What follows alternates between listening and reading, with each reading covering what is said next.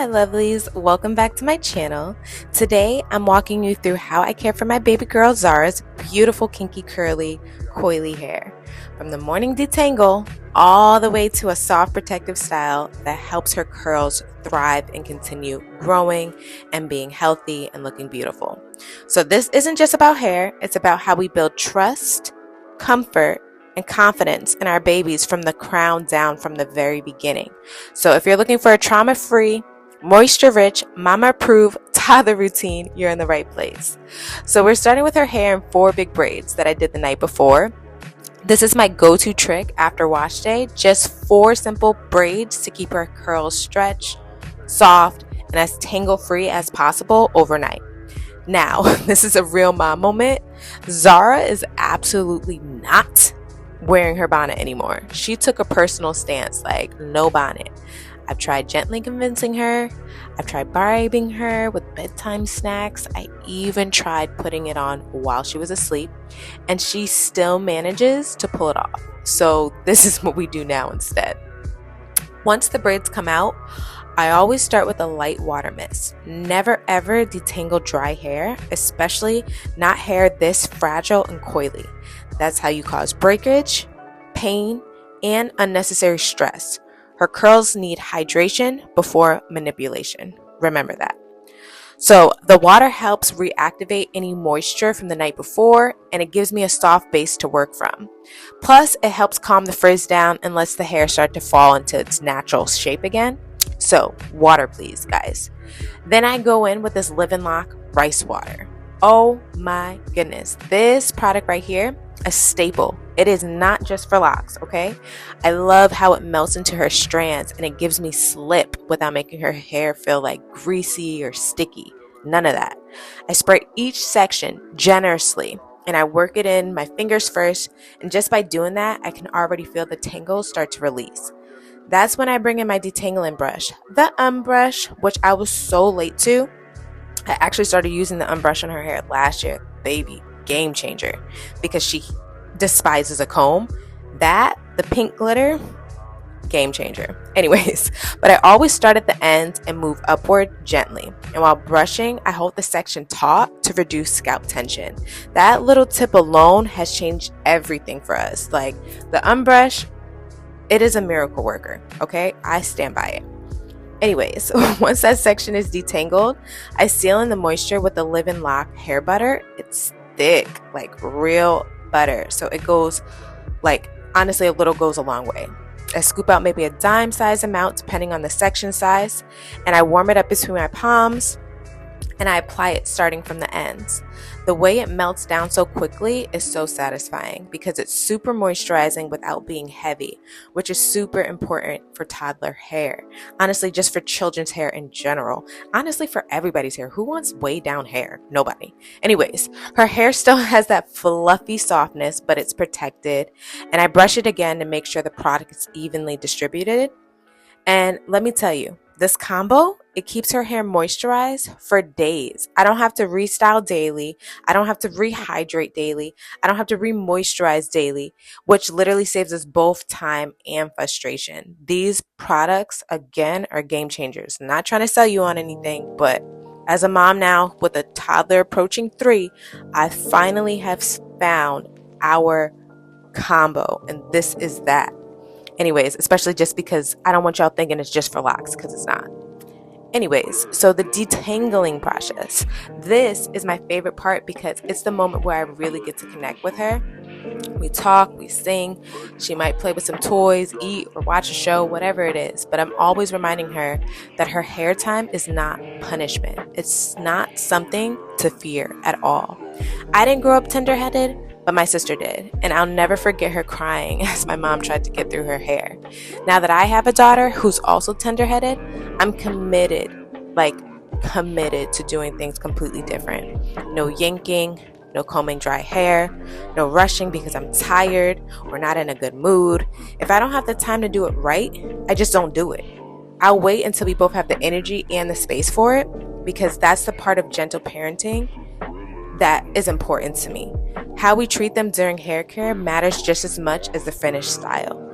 I never want there to be a traumatic bond with getting your hair done. As Black women, I think that, especially my generation, I feel my generation and on and past, I feel like our hair time was always traumatic for the most part, and I just don't think that that should be a punishment for children. Like, our hair is beautiful, so why are we treating it as though it's not, you know?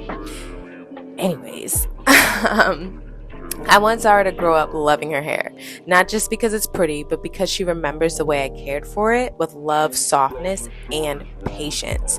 Patience, patience, patience, because our hair is beautiful. Never forget it. Anyways, now listen. Here's another toddler truth. She does not like combs, which I mentioned earlier. If she even sees a comb in my hand, she starts getting tense. So here's what I do. I keep my nails omelet shaped and I use them to part her hair. So if she looks back and she's like checking for where that comb is, I just be like, it's just my fingers, baby. And honestly, it works just like, it works well, okay?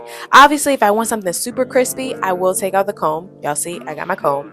But for the most part, like, I don't need my baby's hair parts, like, so crispy, like, for everyday style. So I will just use my omelet shape. So that is my mom tip. Mom tip for the win. Keep your nails done, and they'll double as parting tools when your baby's on high alert, okay? So thank me later. Anyways, now if I'm going for a cleaner look or sharper parts, I'll add a tiny bit of the Live and Lock gel.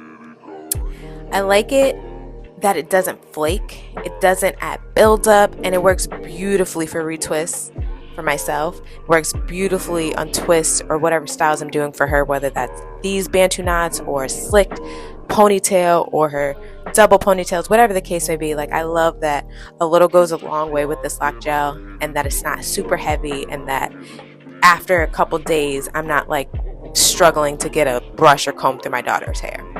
But here's the truth about toddler hair. No matter how perfect you lay it down, in a few hours, it's going to look like you never touched it, okay? And that is okay.